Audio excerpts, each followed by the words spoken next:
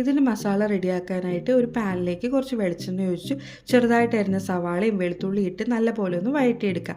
വഴണ്ടി വരുമ്പോഴത്തേക്കും പൊടികളായ മഞ്ഞൾപ്പൊടി, കുരുമുളക് പൊടി, ഗരം മസാല എന്നിവ ഇട്ട് നല്ലപോലെ ഇളക്കി പച്ചമണം മാറുന്നത് വരെ വെയിറ്റ് ചെയ്യുക. അതിലേക്ക് ഗ്രേറ്റ് ചെയ്ത ബീട്രൂട്ടും കൂടി ചേർത്ത് കുറച്ച് വെള്ളം ഒഴിച്ച് ആവശ്യത്തിന് ഉപ്പും ഇട്ട് അടച്ച് വെച്ച് വേവിക്കാം. ബീട്രൂട്ടിൽ നിന്ന് വെള്ളമൊക്കെ ഇറങ്ങി നല്ലപോലെ വെന്ത് ഒരു റോസ്റ്റ് പരുവാകുമ്പോഴത്തേക്കും കുറച്ച് കസ്തൂരി മേത്തി ചേർത്ത് കൊടുക്കുക. ലാസ്റ്റ് കുറച്ച് ഗരം മസാലയും കൂടി തൂക്കിക്കഴിഞ്ഞാൽ നമ്മുടെ ഫില്ലിങ് ഇവിടെ റെഡിയാവും. ഇനി നമ്മൾ സാധാരണ ചപ്പാത്തി കുഴയ്ക്കുന്ന പോലെ കുഴച്ചെടുക്കുക. അതിൽ നിന്ന് ഒരു ഉണ്ട എടുത്തതിന് ശേഷം ഒരു കുഴിയായി ഉണ്ടാക്കിയെടുക്കുക. അതിലേക്ക് നമ്മുടെ ഫില്ലിങ് കുറച്ച് നിറച്ച് കൊടുക്കുക. ഇനി അത് അടച്ചതിന് ശേഷം ഒന്നും കൂടി ഉണ്ട ഉരുട്ടിയെടുക്കുക. എന്നിട്ട് സാധാരണ നമ്മൾ പൊടിയിൽ മുക്കി ചപ്പാത്തി പരത്തുന്ന പോലെ പരത്തിയെടുക്കുക. ഓവറാക്കി പരത്തേണ്ട ആവശ്യമൊന്നുമില്ല. ഒരു മീഡിയം സൈസിൽ പരത്തിയെടുത്താൽ മതി കേട്ടോ. ഇനി ചൂടായ തവയിലേക്ക് തിരിച്ചും മറിച്ചും ഇട്ട് ഇത് ചുട്ടെടുക്കാം. ബ്രേക്ക്ഫാസ്റ്റ് ആയിട്ടും ഡിന്നറായിട്ട് കഴിക്കാൻ പറ്റിയ നല്ലൊരു റെസിപ്പിയാണ്.